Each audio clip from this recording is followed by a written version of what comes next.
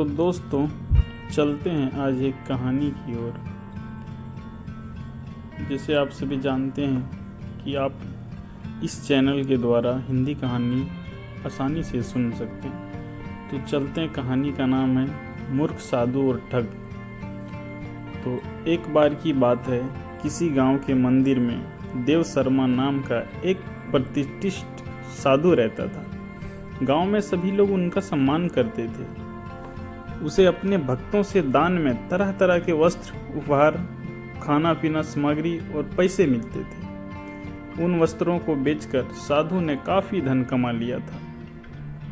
साधु कभी किसी पर विश्वास नहीं करता था और हमेशा अपने धन की सुरक्षा के लिए चिंतित रहता था। वह अपने धन को एक पोटली में रखता था और उसे हमेशा अपने साथ लेकर ही चलता था। उसी गांव में एक ठग रहता था। बहुत दिनों से उनकी नज़र साधु के धन पर पड़ी थी।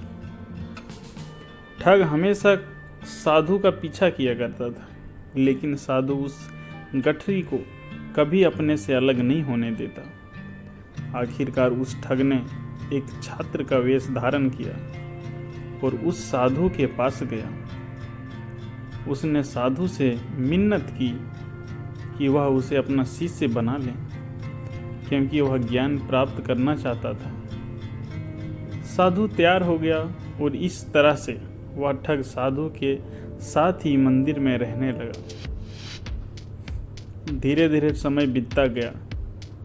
ठग मंदिर की साफ सफाई से लेकर अन्य सभी कार्य भी करता था और ठग ने साधु की खूब सेवा की और जल्दी ही उसका विश्वास पात्र बन गया।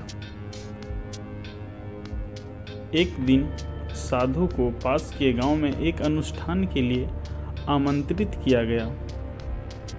साधु ने वह आमंत्रण स्वीकार किया और निश्चित दिन साधु अपने शिष्य के साथ अनुष्ठान में भाग लेने के लिए निकल पड़ा।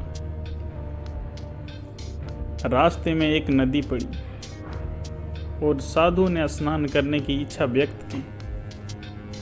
उसने पैसे की गठरी को एक कंबल के भीतर रखा और उसे नदी के किनारे रख दिया। उसने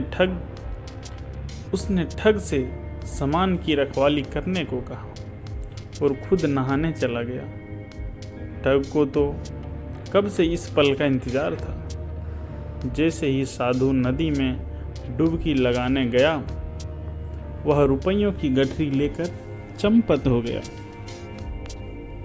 तो दोस्तों, एक छोटी सी स्टोरी थी, तो इससे हमें शिक्षा मिलती है कि किसी भी अजनबी की चिकनी चुपड़ी बातों में आकर ही उस पर विश्वास नहीं करना चाहिए। चाहे कोई भी आपको किसी तरह की बात बोले, विश्वास नहीं करनी चाहिए।